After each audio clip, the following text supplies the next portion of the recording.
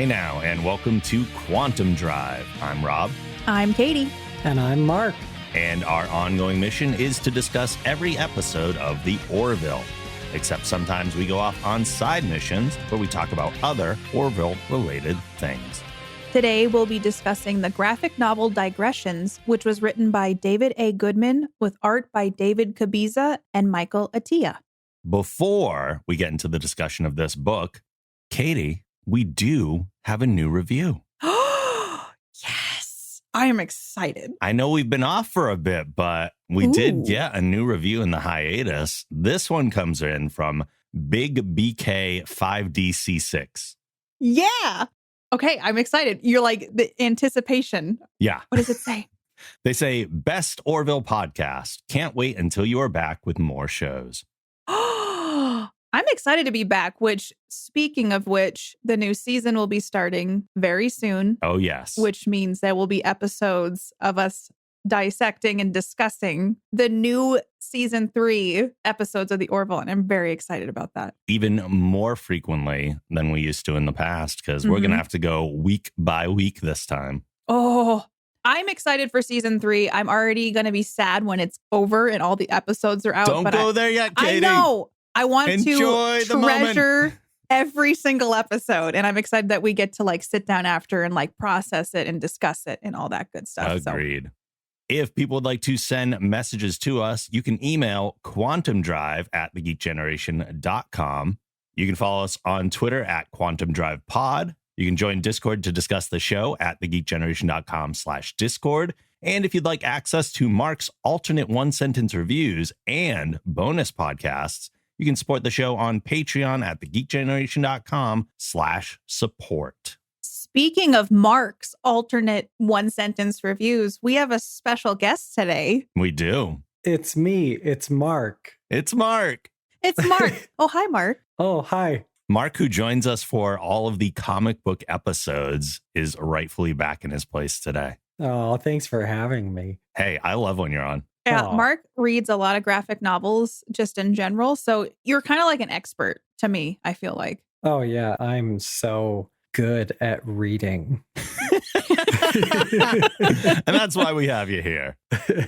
So to jump into our first story, we have 2 to discuss. We have Digressions and we have Artifacts. But to start off with Digressions, alternate timeline Kelly recalls the events of tomorrow and tomorrow and tomorrow up to the point of denying Ed a second date.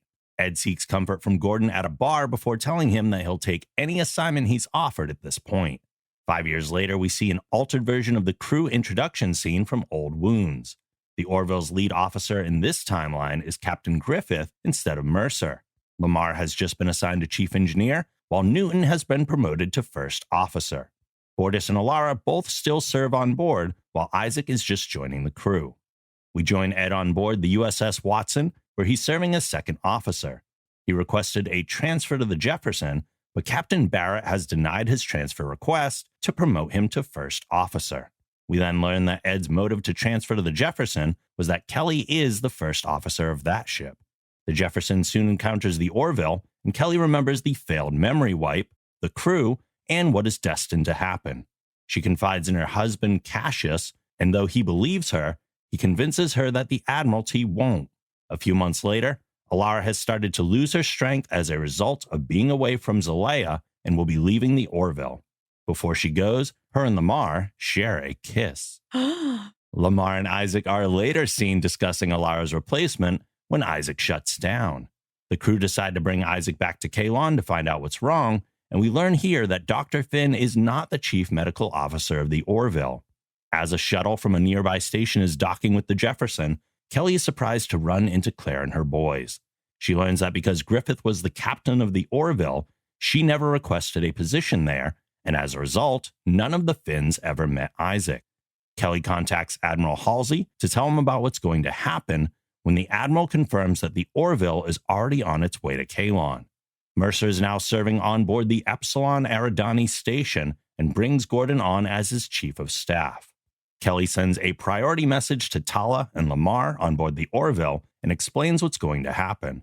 They tell Griffith, who then calls Captain Mosley, who then reprimands Kelly, leading to Kelly's resignation. Grayson then recruits both Cassius and Claire to join her in finding the rest of the alternate timeline's crew. A few days later, the Orville is at the head of the Kaylon fleet as it's making its way to Earth. Lamar took Kelly's warning to heart and prepared an EMP that will disable all Kaylon on board. As Kelly's crew is preparing to leave Outpost 73, the Kaylon attack and Cassius is killed. With most of the Orville crew dead, Bortus stays on board while Lamar and Tala flee in an escape pod to find Grayson. As another group of Kaylon is attacking and boarding the Epsilon station, Ed and Gordon depart in a shuttle, only to realize their food synthesizer is destroyed. As Bortus releases the dead from the shuttle bay, Kelly has successfully located John and Tala's pod and brings them aboard. The issue ends as the road not taken begins. Ooh. That one's a mouthful, yeah. Yeah. I really liked this episode because I liked how I called it an episode. I liked this comic because it tied together the in-between between two very big plot points. And I have to say, from a writing perspective, that cannot be very easy to do. I had the same thought. He had an end point or like a beginning point for this. Mm-hmm. And we saw the two pieces that this story is sandwiched between. And yeah, the whole time I'm seeing those linking pieces set up. And I wonder how much of this story existed while they were brainstorming the stories that we saw on screen, and how much of it he had to do just given what already existed. Like, I don't know what came first in this situation. I just am very impressed with how the details in this alone from a fan perspective was very enjoyable, and it got me excited about the show. And it felt like watching a Theater of the Mind episode. But you know how you and I always like headcanon everything? This was like that good, juicy headcanon that I like. Yeah, it's almost like somebody filled in the headcanon for us so we didn't have to. Mm-hmm. Yeah. I will say for me personally, The Road Not Taken was probably one of my least favorite episodes. Like, I don't know what it was about it. However, in reading this, it made me appreciate the episode more. And because of all the stuff you guys were saying, like, it just, I don't know, felt like it had more weight to it than just a kind of like, oh, here's just a fun what if episode. I want to ask, did we know that John and Alara had a little thing for each other? So there was a suggestion in The Road Not Taken when they see each other at the station. They kind of give each other a look, and it was very implied and speculative. And we kind of headcanoned a little bit about it, but this is official confirmation of that now. Yeah, now we know that there was a little thing between the two of them right before she leaves. Before we continue the discussion, there is trivia. There is trivia. Barrett, who is visually based on Sigourney Weaver, which I noticed she looked like Sigourney Weaver, and has a partially obscured alien figurine behind her in her office. So if you don't know, Sigourney Weaver played Ripley in the Alien franchise. And I just love that they do nods to other sci-fi sagas and adventures in this. Like, they just appreciate sci-fi from a complete and whole perspective. Like, to include that kind of detail is very impressive to me. Yeah, and clearly they had to walk a line without like showing the actual full alien figurine. So like you see her and then you just see like a tail of the alien coming out from the side of her head. So you can kind of fill in the mental blank with the rest of the alien. It's like a Easter egg for hardcore sci-fi fans. Absolutely. The Watson is named after geneticist James Watson, and the captain of that ship has a black and white photograph of the geneticist hanging on her office wall, which is interesting. So a geneticist, do we fully know, like, they study genes, obviously? I think they were the ones who like finished sequencing DNA or something like that, Watson and Crick. Because when I saw the picture and I went, Watson, I was like, Watson and Crick? I don't know. So I looked, I was like, it doesn't look like the same guy, but I think it is. And so then, I read a little bit, but I won't lie, I do music and not science, so I could be wrong. Either way, you're still more learned about it than either of us. So happy to have you here. All right. And a last piece of trivia for this comic is David Cabiza, who inked the comics, has a cameo as a shuttle bay officer speaking with Kelly at the end of part 1. That's pretty cool. A little super cool, yeah. Sneaky, like, I'm going to put myself in here, Make yourself a part of Orville canon in a way.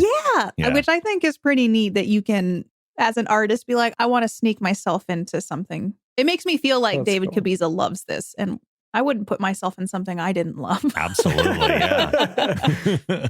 That's cool. So diving into the story itself a little bit, we talked about it being a nice bridge between the two.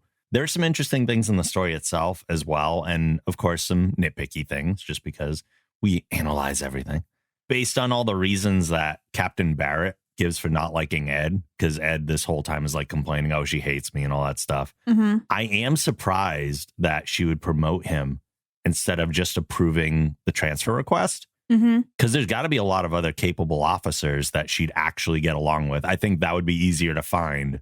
It did seem like she was finding a reason to keep him around. Yeah. And she said it was just because he was capable. Mm-hmm. But like, there's got to be other capable officers. And one of those capable officers, she probably would get along better than with Ed. But it's almost like as a teacher, you have that kid in class who's always causing problems, but you know they can do better. mm-hmm. And it's like, well, okay, maybe if I give them some specific job or like some kind of incentive, it'll unlock that potential in them. And I guess Ed's the naughty student. Maybe. I mean, the very much could be that. Like Star Trek always alludes to that. Make yourself a better person kind of thing. Maybe this was a lesson for Ed or some sort of, but also it's an alternate universe. So maybe there has been some differences in how they conduct things, maybe. Possibly. I am really glad that you'd read the whole description over because it's been a while since I've heard the name Cassius. And I was going to say, oh yeah, Cassius is in this.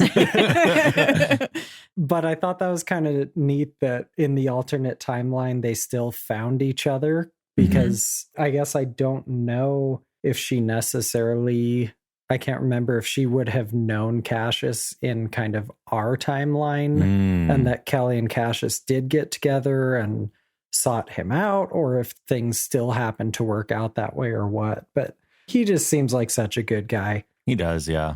It was too bad we watched him die. I was gonna say that was a rough death because I mean, he's been a part of the cast and he got a little burned by Kelly, but to see them married, that was kind of like a big reveal, I feel like. And then in the next breath, he's dying. And we all should have seen it coming. I know. Because we know he's not in The Road Not Taken. Mm-hmm. Yeah, that's true. I still had hope. I was like, I don't know where this is going to go. Maybe they just drop him off there, even though we know. He's like, I got to stay here and work on things. But I think it would have come up that, yeah, my husband's down there doing some work. Nope, he just died. I feel like it gives Kelly the resolve to be like, now I have to lead the resistance. And it's not just kind of like, oh, I know all this timeline stuff, but it's like now she really feels it more than just, you know, I know what I need to do. It's actually one of the reasons I feel like this story was constructed after the fact, after the episodes, because if that was part of Kelly's background leading into The Road Not Taken, that they had known when they filmed it, she probably would have been even more gung-ho than we saw. One of the oddest things in not just this story, but in like all of sci-fi that happens all the time is you have these stories where absolutely crazy stuff happens. And then you have one character who thinks that no one's going to believe them because a crazy thing happened to them. Mm-hmm. So like, even if Kelly believes that Isaac might not turn on them in this timeline, it's probably still best to play it safe and take the gamble and tell the Union. And everyone's like, no, that's crazy. That's crazy. Be like, you live in this sci-fi world where crazy stuff happens all the time. Yeah. And that's such a common thing in so many, not just like this and Star Trek, but like so many sci-fi things and fantasy shows and everything. We've dealt with so much stuff. Why would this seem like a far-fetched idea at this point? Yeah, it's always like the one thing that goes too far. Yeah. They're like, yo, you're talking crazy as they're like flying around space in a spaceship.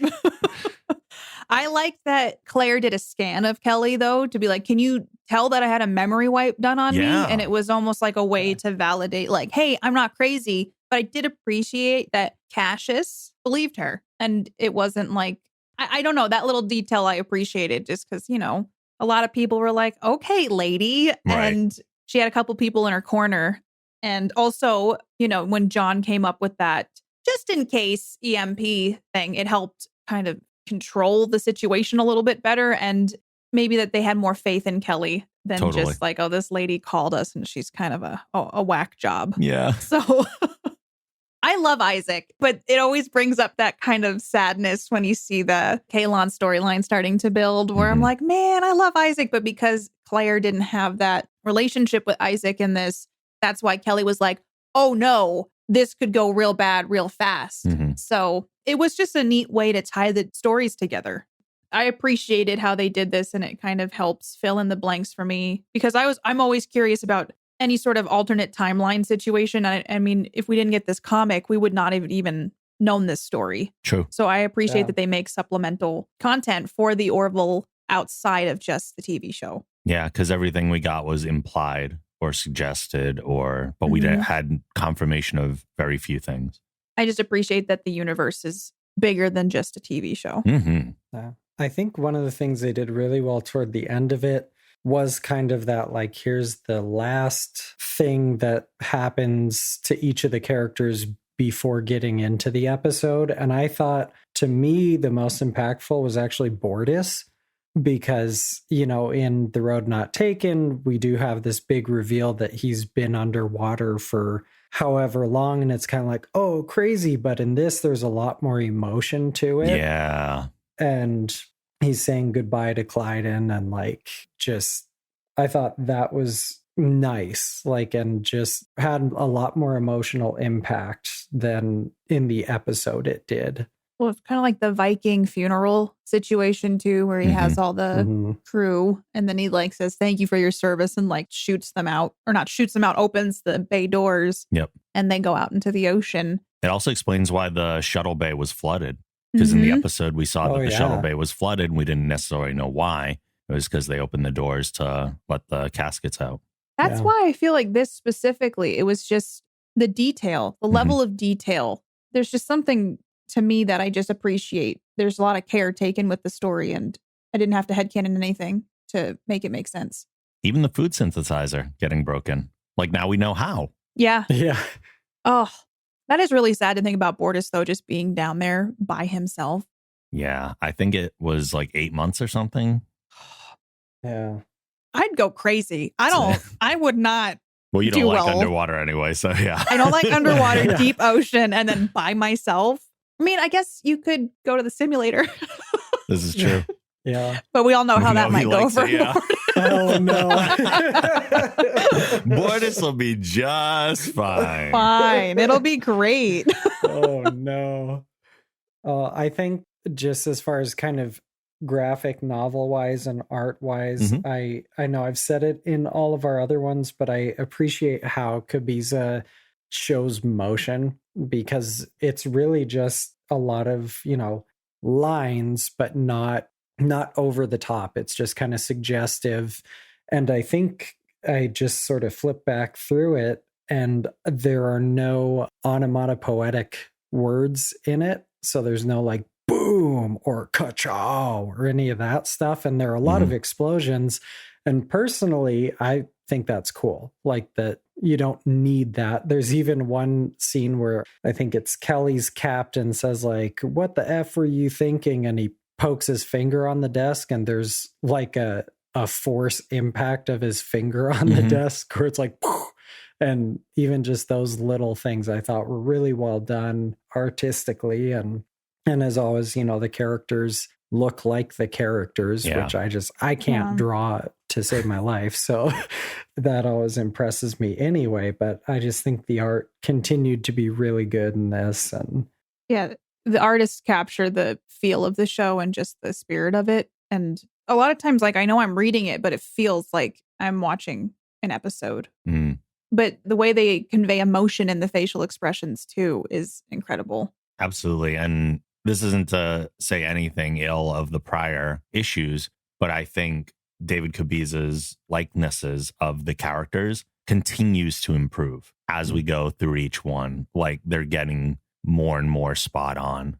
Not that they ever weren't. They just feel like so much more authentic this time.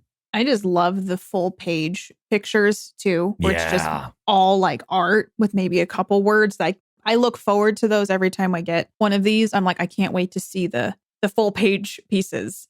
And then in the back of we got the physical copy, and they have like some of the sketches, the concept art and all of that, or even like the ships and like the ships from all angles, which in the comic, they might just be side view or something. But the artist has taken the time to be like, all right, 3D, this is what it would look like. Yeah, you got to be prepared for everything. Yeah. So I love looking at that when I finish the book or the comic, because I'm like, oh, it's neat to see what that alien could have looked like, or more details of this specific ship. But I really love the art and what I like to call space porn. And they do like the nebulas or like the galaxies. And I'm always like, oh, it just looks so good every single time. It does. Yeah. And I think a lot of that is big, I guess, thanks, because I enjoyed it, but big thanks to Michael Atiyeh as well, because like the use of lighting, I think is really good, especially in the space porn kind of scenes. Agreed. Or there's a little bit of like when Cassius and Kelly are kind of having a serious discussion before she goes and embarks on her journey. There's some like purple lighting, which I think just subconsciously like softens things a little bit for the scene. And it's just all around. I think the art's great. And like Katie said, it feels just like you're watching the episode. Like in my head, it's like, this is just an episode. Yeah, I feel like if you like the Orville, obviously, if you're listening to this podcast, I'm assuming that you do. And you're like, I don't know if I'd want to read a graphic novel. I would say that don't sleep on these, because if you like the show, the writing feels like an episode and the art just encapsulates what the Orville is. So if you've never read a graphic novel, I would recommend checking this out. And I think you might love it, because I don't really read graphic novels all that much. I like them, but every time I start, I don't want to put it down until I finish it. Yeah. Every time. And these specifically as well, if you're kind of new to graphic novels, I know this may sound silly, but they're easy to follow because the panels are laid out in a way where it's very clear kind of where to go next. And I feel like they do a good job of not having the big reveals until a page turn, which takes a lot of planning. Yeah, because absolutely. For me, if I'm reading a novel and the story's really exciting, my eyes want to skip down the page. And the same thing happens with this, where you go, oh, something's building, and you're trying not to look ahead to the next page. But they set it up really well where the reveals happen on page turns. And that takes a lot of planning and just effort. I mean, they're great. I think, too, of all the stories that we've read in the comics, Digressions might be the easiest entry point for somebody who is watching the show, just because it is so much so built on the backs of existing episodes. Yeah. So that transition is pretty. Yeah, exactly. Yeah. I know for me, too. And I think this is just kudos to the writing and the art together. I read it in the characters' voices. Same. And the joke delivery, like the humors that's in it, they've captured the personalities of each of these characters so well. And it reads like that, which I don't think that would be a very easy task to accomplish. But like Gordon makes a joke, I read it as Gordon telling that joke, or in his sarcastic tone, like that kind of thing. Any other thoughts on Digressions before we move on? I guess the only thing that I could think before we move on to the next thing is the John and Alara kiss. I just can't get over it. It was just kind of like I think John was like, oh, we're going to really do this now. And she's like, yes. And I'm like, damn. And then doesn't Isaac come back and be like, didn't you have sexual relations with her? I just thought that it's a small touch, and it's something where if any of you were ever left wondering, there's an answer to that. Katie likes the drama. The drama. I do. I love it. And so I like those little things that are kind of peppered in, because now I have some answers to some things I've always wondered. Okay, moving on to artifacts. Ed and Gordon are at Outpost 47 when they encounter one of their old teachers, Professor LaMarche. He tells them that he's on an expedition related to astroarchaeology and will tell Ed all about it on the Orville. While hearing about the expedition, the two are interrupted by the professor's assistant, Chalmy, a being from the planet Cephalda. LaMarche wishes to go to the Cruxus system, where he believes the ancient Zankin fleet lies, but the system's unique gravimetric and magnetic fields will make it incredibly difficult to enter. Meanwhile, Gordon befriends Chalmy and finds out that she didn't offer to travel with LaMarche. She was forced to go in exchange for her family receiving a food synthesizer. He brings this info to Ed and Kelly, but they abruptly dismiss him. As the Orville attempts to enter the system, they sustain massive damage. Ed tries to reverse course, but LaMarche prevents it, causing the deaths of 3 crew members as they break through. Once auxiliary power comes online, they're able to see the dormant Zankin fleet ahead. With no other options available, they decide their best chance of survival is going on board one of the Zankin ships, which unfortunately they'll need LaMarche's assistance for. He insists that he'll need Chalmy to come with them. As they approach a Zankin ship, the lights come on and a door opens for them to dock. Inside, they find no control panels, but when looking for the bridge, they're instantly teleported there. It's here that LaMarche reveals that Chalmy and her race are descendants of the Zankon, and her people have the ability to control the Zankin technology with their minds. Chalmy has unconsciously been causing all the actions aboard the ship so far. When Chalmy takes control and turns on the engines, LaMarche has her destroy a nearby asteroid to test the ship's weapons. Back on the Orville, the crew learn that the professor wants to turn the Zankin fleet over to the Union and have Chalmy's people leave their home to control the ships. When Gordon tells her this, she teleports back to the massive ship and destroys all the other fleet ships so her people won't be forced to leave. With that, she says goodbye to Gordon and heads home. I really enjoyed this comic. I did too. I really liked Gordon being kind of a main character in this as well. Yeah. So LaMarche, that's how we say it, right? Well, how did you say it? LaMarche. I was basing it off of Maurice LaMarche, who voices the brain on Animaniacs. Okay. So LaMarche, I feel, which maybe that's an ode to that. Maybe. He seems sketch from the beginning. He does. He got a sketchy vibe right out the gate. I was like, I don't like this guy, first of all. But one of the things that I noticed, and it's just a small thing in the beginning of it, Gordon gets ice cream. Yeah. And I can't remember the name of the alien because I don't have the comic in front of me, but he got ice cream from this kiosk, and Ed was like, there's a rumor they put stimulants in that. Yeah. And Gordon says, that's no rumor. And I don't know why that specific thing just made my day. It makes absolute sense for Gordon. Yeah, he's okay with it. It's just Gordon. Yeah. Oh my gosh. And just when they run into LaMarche and he's just got ice cream all over his face the whole time, I was laughing out loud. And like Ed's just going, wipe your face. Wipe your face. Like he says it twice. Be presentable. Yeah. Represent the Union, please. Oh, I think one of the things in this that right away, opening first page, there was Yaphet holding flowers. Mm-hmm. And I just immediately was like, oh, right in my heart. And I think that was intentional. I got to think that was, just a little, I don't know, nod to Norm Macdonald and Yaphet. And I was really happy Yaphet was in this story because he wasn't in Digressions at all. True. And so, I don't know. That just right away caught me in the feels jumping into this. It's something I didn't notice. Yeah, I was wondering if he was going to show up in the comics, and I was like, I hope he does, and he did for Artifacts. Mm-hmm. We have trivia for this one, too. We just jump right in and just get too excited to talk about it. Okay, so some trivia for this comic, Artifacts. In one of the panels of the stores of Outpost 47, a man wears a shirt with the words 1976 Limited, or LTD. 1976 is the artist David Cabez's birth year and is a signature he leaves in his art. Oh, I like that. Yeah. That's cool. I didn't read this in trivia, but in reading the summary, I recognized it being Outpost 47. Mm-hmm. And 47 is a big number in Star Trek. Ooh. It's a number that pops up a lot in a lot of episodes. Like they have Outpost 47 or they have 47 minutes till this happens, or it just comes up a lot. So I can't imagine that that's an accident.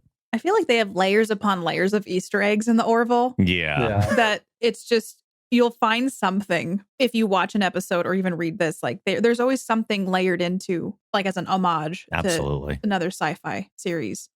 The ancient Bormanis stone is a reference to Andre Bormanis, supervising producer, science consultant, and writer on the Orville. Cool. I picked on that without even reading the trivia. Yeah. Also, just no big deal, just a science consultant over here. Oh, yeah. That's pretty cool. And last but not least, Ed quotes, "Risk is our business," but cannot remember who first said it.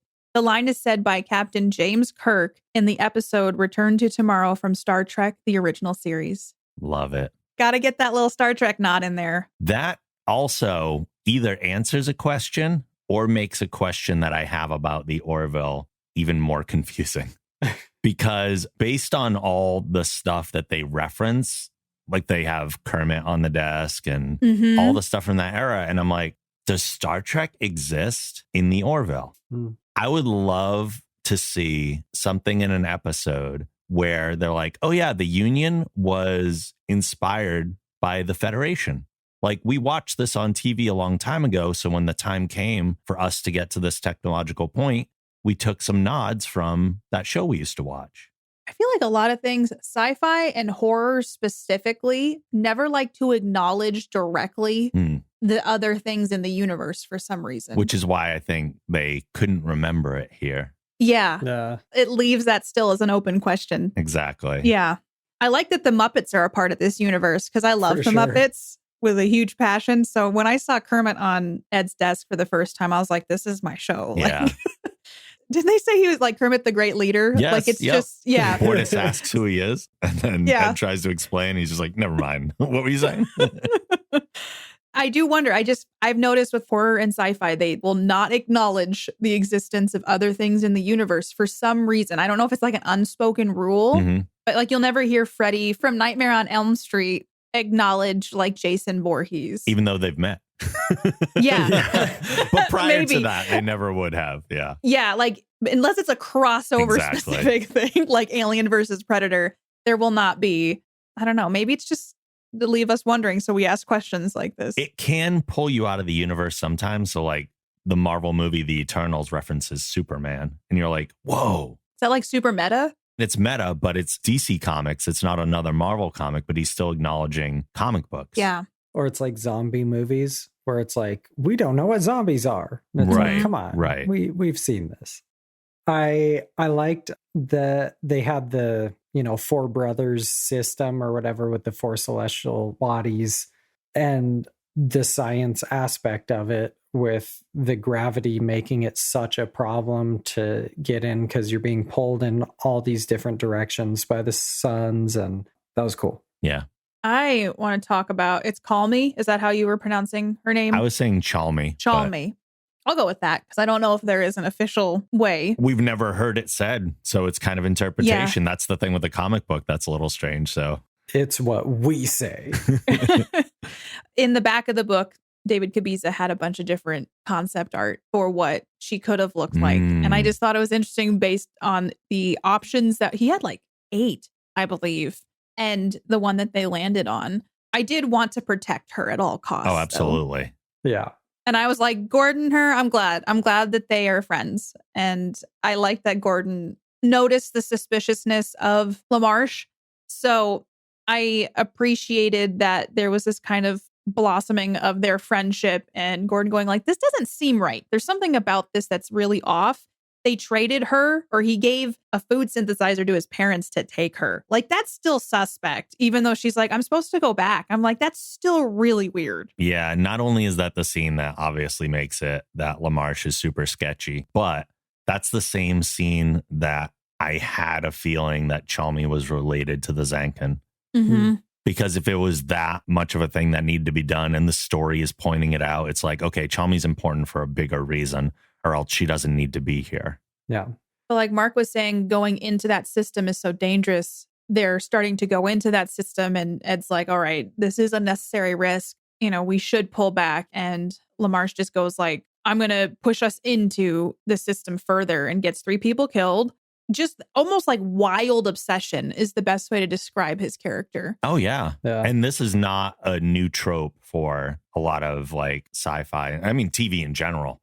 Mm-hmm. There's always that character who goes a little bit too far. Just the fact, too, that they found the Zankin fleet and he was still like thinking his purpose and his discovery was far more important than the death of those 3 people. It's just his whole energy was like, I don't like this guy. And that Gordon explaining to Calmy, like, hey, he's going to try to get all your family to come fly these ships. Yeah. I did not see the ending coming because there was only a few pages left of the comic.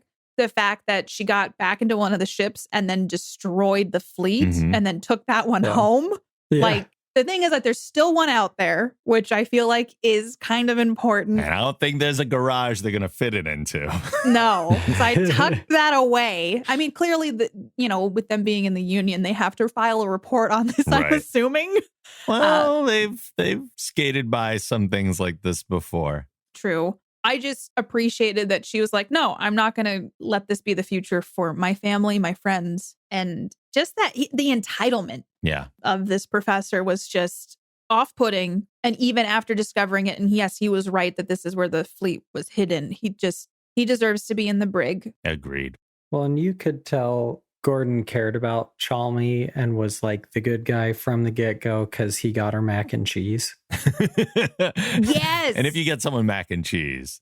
I love mac and cheese. I had mac and cheese for dinner last night. True. Maybe it was subconscious. Oh my gosh, I read this comic and then I was like, maybe. We were at the store and I was like, you know what? I want mac and cheese. But yeah, so Jalmi wanted something from the food synthesizer. They didn't have any of the food that she was normally used to eating. So Gordon recommended mac and cheese, and that was a perfect choice. Mm-hmm. I want mac and cheese now. I'm a little worried about Chalmy having a beak and trying to work with the mac and cheese, but I don't know what's going on inside that beak. So could be fine. It seemed like she was doing all right with it. Yeah. I think it would be amazing if we watch season 3 and there's, Kalon battles and all this stuff. And last episode of season 3, it's like everything's come down to the wire and Chalmy flies in after never mentioning her the whole season and is just like, die, Kalon scum, and just destroys their fleet. And everyone who hasn't read this is like, what just happened? This is for you completionists out there. Yeah. Respect. I found the scene with Ed and Kelly teasing Gordon to be a little much in the sense that they're teasing him in a way that I normally wouldn't expect. Like, there's a lot of ball busting going on in this show in general, but they are so dismissive of him. It fell out of character a little bit. Him thinking that LaMarche is acting shady seems totally reasonable given the evidence that he presents. Yeah. I think in this, the other thing, like Gordon, he does goofy things, but his character even seemed more like a doofus than I feel like he's been in the show for this one story. Or at least treated that way. Yeah. And so that I can agree with that. That makes me recall the conference room meeting that they have when Isaac goes through the information that LaMarche presents. And, everybody else knew about it except Gordon. And I thought that felt very much like on par. And I like the jokes. And they're like, well, so John and I are the only ones that didn't know. And John's like, I knew about this. Yeah. Like those things. That was funny. I think the reason they were ribbing on him so hard was because she had said, well, I get to go back once we find the fleet. But I will say there's like red flag city with this guy. It just, there's something off. But also Gordon had a very different relationship with him. Like it seemed like Ed was a memorable student and LaMarche was super dismissive of Gordon. And at the beginning, I mean, yeah, he had ice cream all over his face, but it seemed like on purpose that he was not viewed as important because he's the pilot. Yeah. And Ed is the captain of the Orville, which can take him where he needs to go. Yeah. And he might be able to coerce Ed into doing something that Gordon really is not an important piece to that. So I wonder if there's like some subtle underlying motives. And maybe Gordon is a little bit more like, hey, I've been dismissed. I don't like that she was traded for a food synthesizer. Like, hey, there's some red flags and they're just more okay. More the way that I think about it is like when people can have different experiences with other people. Someone might have a negative and other people have a positive. It seemed like Gordon had the negative and these other people are having very positive experiences. So that's at least what my brain went to when I was reading it. Sure. And so Kelly and Ed are just like, come on, you're being crazy. But they're not being treated the same way that Gordon was. Yeah. One other thing that, like, for half a second when they get kind of teleported, I had this just brief second where I went, oh, are we introducing teleportation? And I was like, are they going to start beaming each other up and down? Is there going to be no more flying in shuttles and standing in the back? And I was just they were like, standing in the back of the I was shuttle. going to point there. that out. I had that in my notes. Yeah. I thought of you immediately, Rob. I was like, there they are, standing behind the two seats. Even in the comics. I don't know why LaMarche didn't just say, hey, I think Chalmy might be able to help. And that's why I need my assistant to come with us. Like, I just don't know why he was being so secretive about it. Yeah, like why hide that from Ed?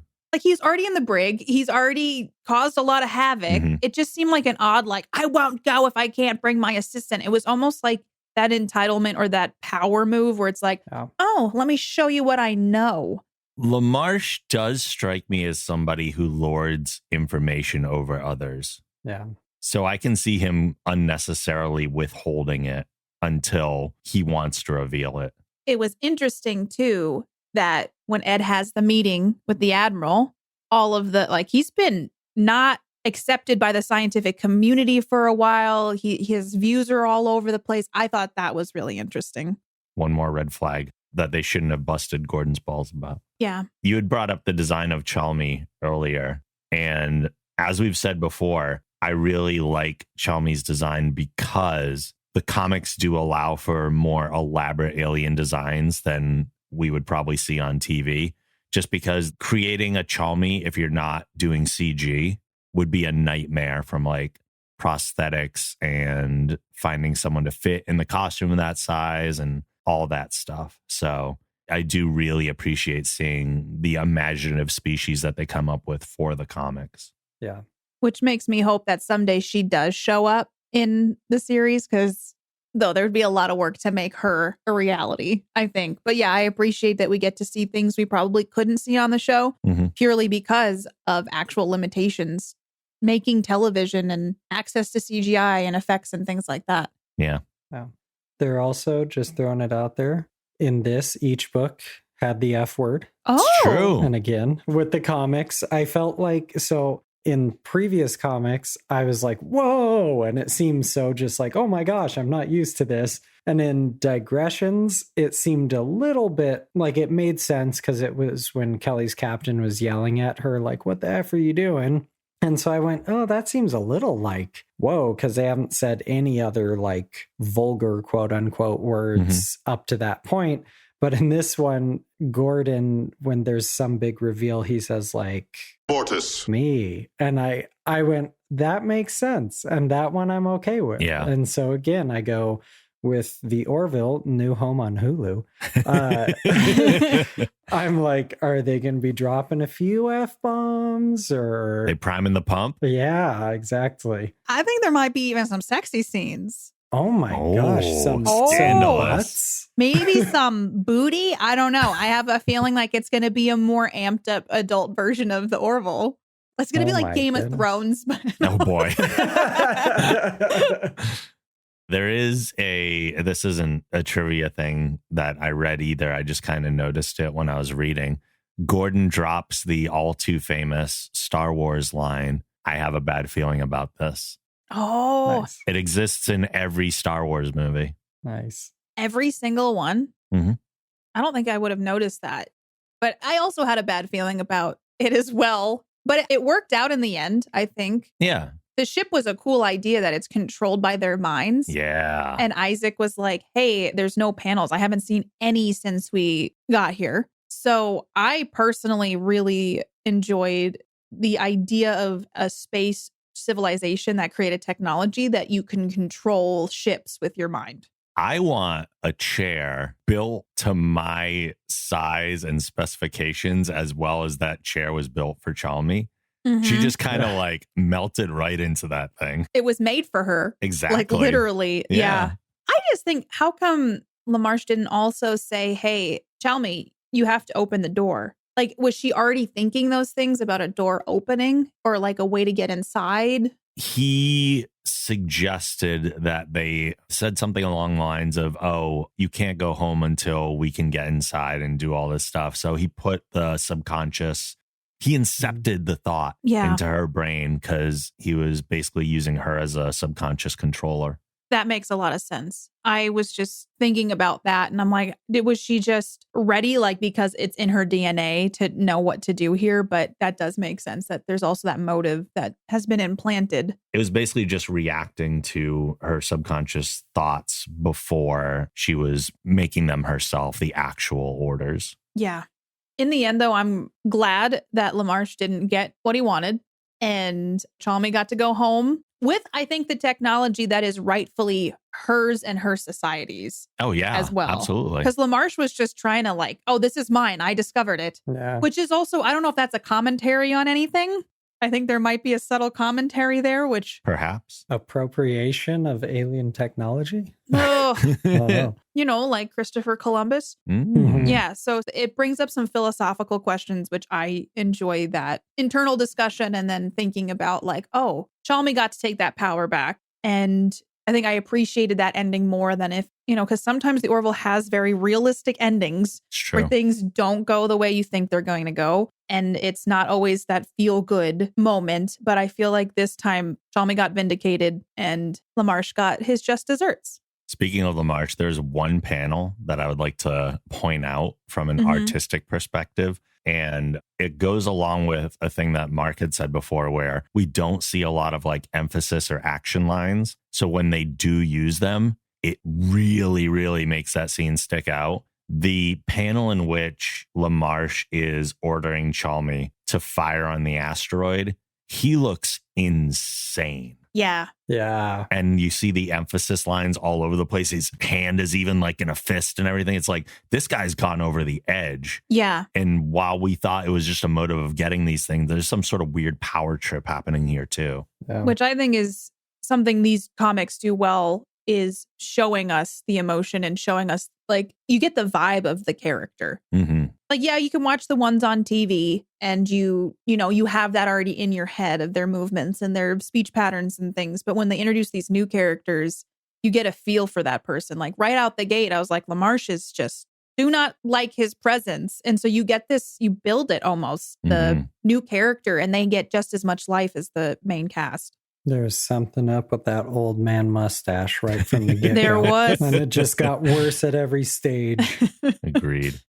Anything else about artifacts? It was good. Yeah, I think I like this one slightly more, but I think it's because I enjoyed Gordon's being like kind of a main character and the humor injected into it, but also it's all original content, but this one felt like a special mission, and I enjoyed this one a lot. Yeah, I think I liked Artifacts a little bit more too, for similar reasons. I like the achievement that Digressions was and the holes that it filled in. Yeah. But I'm more excited by a story where I have no idea where it's going. Whereas Digressions, I know that is leading up to the road not taken. Yeah. I appreciate both, and I think I appreciate them in different ways. Totally. Yeah, I really appreciate getting that in between the two episodes or the two main plot points from the show, and then getting a story as well that is unique and completely independent of the show.